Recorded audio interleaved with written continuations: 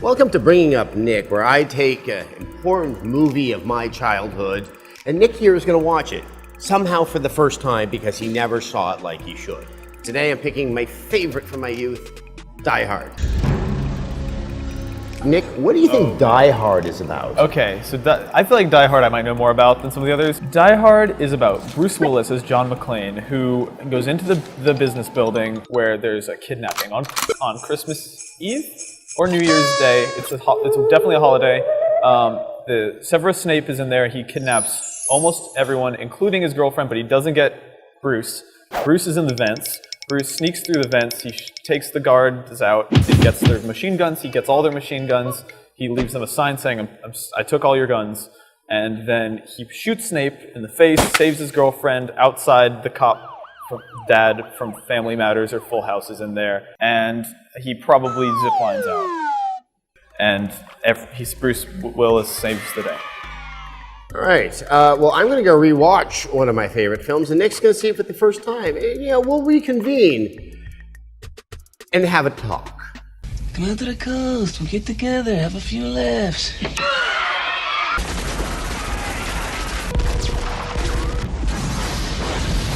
Thanks for the advice. All right, we've taken some time. Nick has seen Die Hard. Yep. I did watch some of it, but of all the movies we've been watching, this one is probably so committed to memory that it was probably the least sort of reminding of the movies we've seen. So, all right, your description was actually closer to what it was than, say, some of the other films. I think Die Hard is kind of one of those ones where we all have movies that we feel like we've caught maybe 10 minutes of on TV, and I had seen probably the opening of Die Hard at some point, but I had definitely not seen it in its entirety because it went in some weird directions toward the end that I wasn't totally aware of. Oh, interesting. Well, okay, so this movie, I remember going to the theater and seeing it on the Friday that it came out. It got all these really good reviews. Mm-hmm. I was out of school for summer, and it was just so striking to me because it was in the era of Schwarzenegger and Stallone where they were kind of the perfect hero, where they rarely got challenged. And here we saw this far more human and fallible hero with John McClane.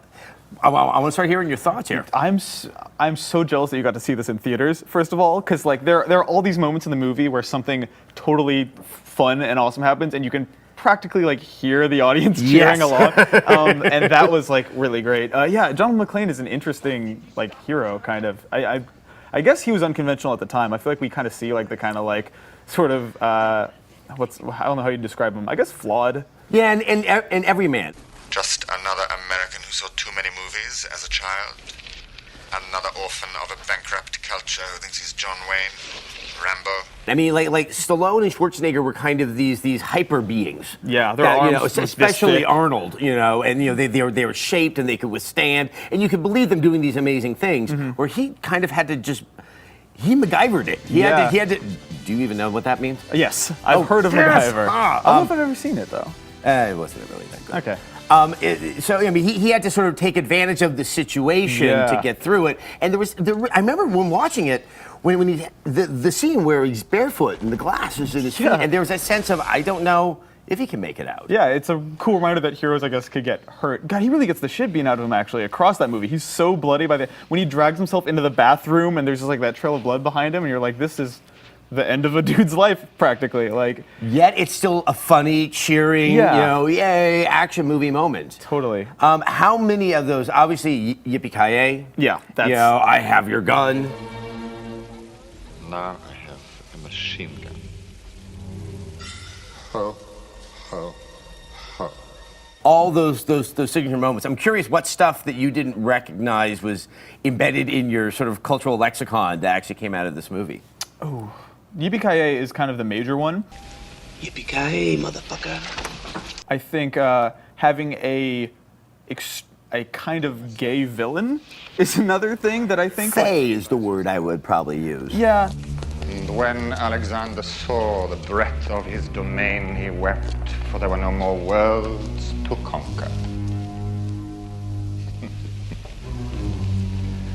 Benefits of a classical education.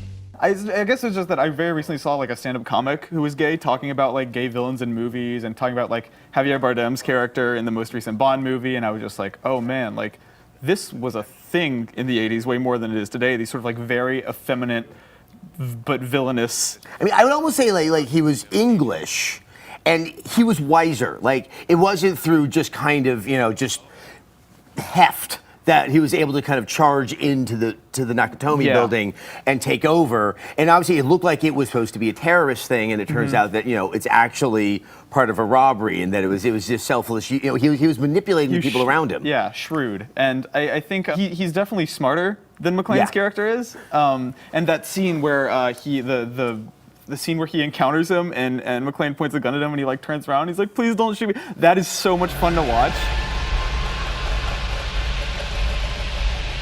Hi there. How you doing? Oh! Please, God, no, you're one of them, aren't you? You're one of them. Like the him pretending to sort of be like a random bystander, and just that back and forth, that exchange where he offers him a cigarette and all that was just like brilliant. Like getting to see the villain and the hero in such close quarters interacting, and that sort of like dramatic irony of like he doesn't necessarily know that he's the bad guy was a complete blast to watch. Well, and the way that McClane just kind of wanted another dude. He was kind of lonely there in the building. Yeah. But additionally, he always throughout the movie feels sort of put upon by the needs of the modern world, the problems of his estranged wife. And that's a movie also that I feel like completely just reviles the media. Like the first time that huge C4 explosion goes off and the cameraman is like filming it and he's like, "Holy shit," and then turns to the cameraman and says, "Did you get that?" And like the punching the reporter in the face again, like that movie that's something I wasn't expecting. That Die Hard has sort of an agenda, like a very anti-media, like the reporters making mistakes in the newsroom about like what country that city was in, all that stuff. Well, and then also, it has an issue with the federal government. The FBI come across as these really callous individuals. It's like fucking Saigon! Hey, Slick! I was in junior high, dickhead. But then there's obviously so much affection for the street cop, the guy in the street. I mean, there's actually quite a bit of theory written about this Die Hard, how anti-feminist it is, because he's trying to reclaim some sense of masculinity in a period of time in the 80s where suddenly, more women are going to work and they have more power. I mean, it's unclear if it's both a mockery or if it's actually a celebration of that male mindset. I mean, there's that scene very early on where McClane sort of confronts his estranged wife about her changing her last name and him like being hurt by that. I didn't read that moment though as being played as something to like about him. Like he actually beats himself up about it afterwards. He's like real mature. Speaking of the everyman cop though, one thing that really stood out to me is when, what's his name, the dad from Family Matters? From Family Matters. When he leaves with all the donuts that he bought and says are for his wife and walks out of the gas station, I was so pulled out of the movie by the fact that on the sign behind him, the gas prices are 75 cents a gallon. That to me is by far the most unrealistic part of the movie. I've never seen a gas price below like $3. Yeah, once upon a time in the 80s, there was a lot of oil in the world. In terms of the cultural anxiety, also you haven't brought up the other thing. It's the Nakatomi building. It's a Japanese businessman. Right. This was that period of time in the 80s where America was also going through this lack of masculinity, just like John McClane, because they thought they were losing all of their sort of international business power to the Japanese, which at that time really were this burgeoning economic force that was buying up property all over the United States. Yeah, that's something I definitely didn't pick up on. Yeah, I think by the time you were aware of international affairs, the economy had stagnated quite considerably in Japan. Yeah. But yeah, it definitely was about as 80s a movie, I think, as anything we've seen up until this time. And that's mostly a compliment because, like, I don't know. I feel like I probably said this with Indiana Jones too, but I just could not stop smiling while watching Die Hard. Even when it got a little bit out of control with the fire hose and the swing through the window, like the way he jumps backwards from it, shoots it, and then goes through was just like, I was like, that's really fun action movie stuff. Maybe that's one trope that I couldn't tell if it was from Die Hard or not, but just ascending the side of an extremely high building on a very tenuous rope. Like I saw that in Mission Impossible Ghost Protocol. I've seen every variation of that scene you can imagine.